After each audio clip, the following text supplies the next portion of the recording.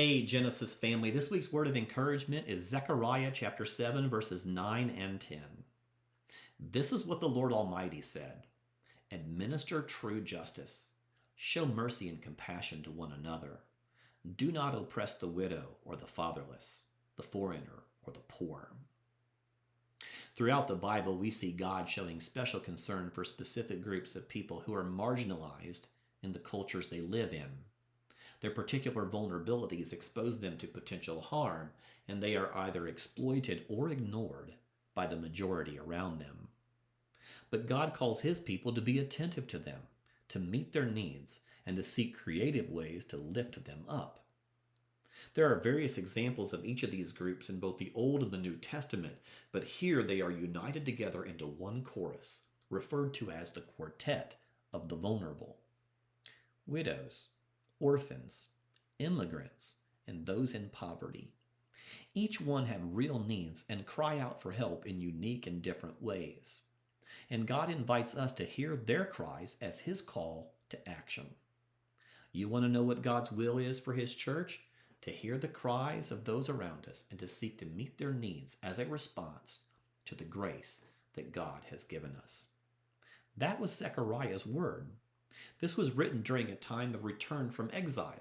The people had spent 70 years in Babylon as a consequence for the generations before them, and now they were given the freedom to return.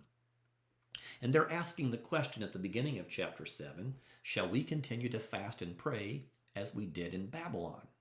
To which the response was, you fasted and prayed all those 70 years for yourself, and now I'm asking you to live for others. And that's where we get the word, administer true justice. When it comes to justice, most of us automatically think of the punitive form of justice. You do the crime, you pay the time, that there's a penalty that has to be paid, and that people should have consequences for their actions. I'm all for consequences.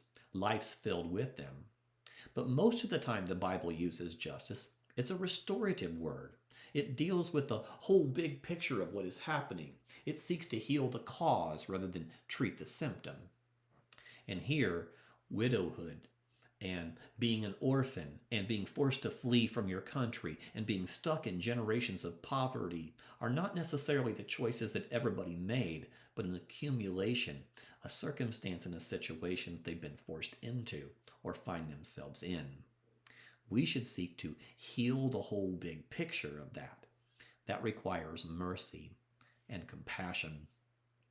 That's one of the reasons why I'm excited about the Community Rebuilding Initiative, the alternative to the county jail, which invites men to come in, to be there and to have their mental health and addiction recovery needs met, and to have a community of support come in throughout the week to offer them an opportunity to change the trajectory of their lives. Friends, that's a good use of our resources, and we at Genesis are so excited to be an advocate of it and part of that solution for our community. I'm also excited about what's coming up this summer. Starting on May 31st, we're going to have the Summer of Loving Our Neighbors, kicking off with a workshop on how we can love our immigrant neighbors. This will be a great opportunity for us to learn to be equipped to welcome those who find themselves here from a different country, that we can receive them well. You know, wherever you are in the politics of our day, we are called to love our neighbors, and we want to love well.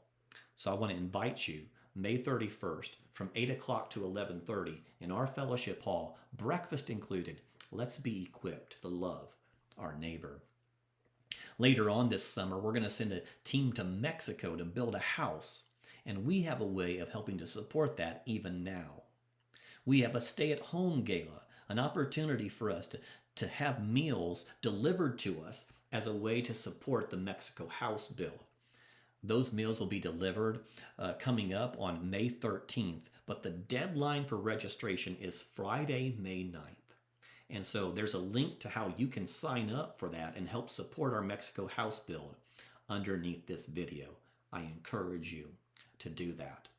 Also, I want to encourage you to consider KAA sponsorships, the opportunity to invest in a child to send them to camp in early June, an opportunity to pray for and to help meet the needs of those kids who need help getting to camp and experiencing the love of Jesus. And so, friends, let's administer true justice at Genesis. Let's be about the business of mercy and compassion.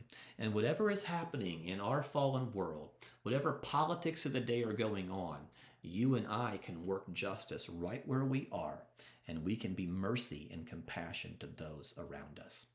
I look forward to joining with you in all of that, and I'll see you Sunday.